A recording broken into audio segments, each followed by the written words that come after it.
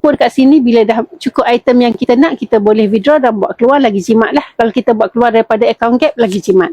Okay. Kalau kita ada duit secara langsam, kita nak beli emas kan, okay, tak ada masalah. Kita pergi saja dekat sini. Ada button dekat sini, tepi ni ada button satu lagi untuk physical aura purchase. Kita tekan saja physical aura purchase dan kita boleh buat pilihan emas mana yang kita suka.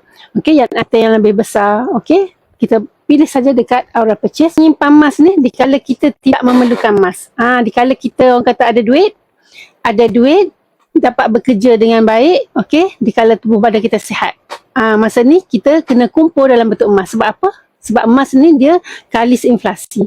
Kita simpan dalam bentuk emas ni, dia kalis inflasi. Kalau kita simpan duit kita dekat bank, lama-lama sikit-sikit, lama-lama masih sikit. Bermakna kita kena ubah cara.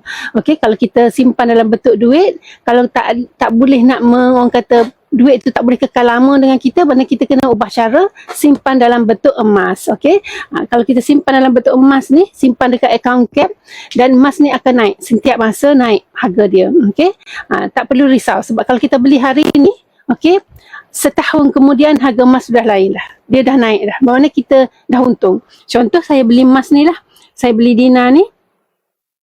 Okey, saya beli dinar ni, saya kumpul dekat sini secara EPP. Saya buat EPP 10 kali bayar. Okey, sebab saya nak orang kata setiap kali gaji tu boleh simpan sikit-sikit. Okey, saya buat 10 kali bayar. Dekat sini saya buat 2 keping ni, 1,600. Baru 1,600. Okey, ni jadual dia. Saya dah habis bayar, dia jadi putih semualah.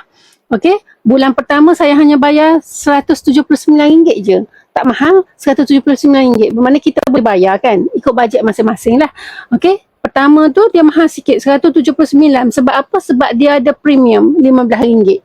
Campur dengan premium RM15. Okey, dan bulan kedua dia turun RM159 sampailah habis 10 bulan tu.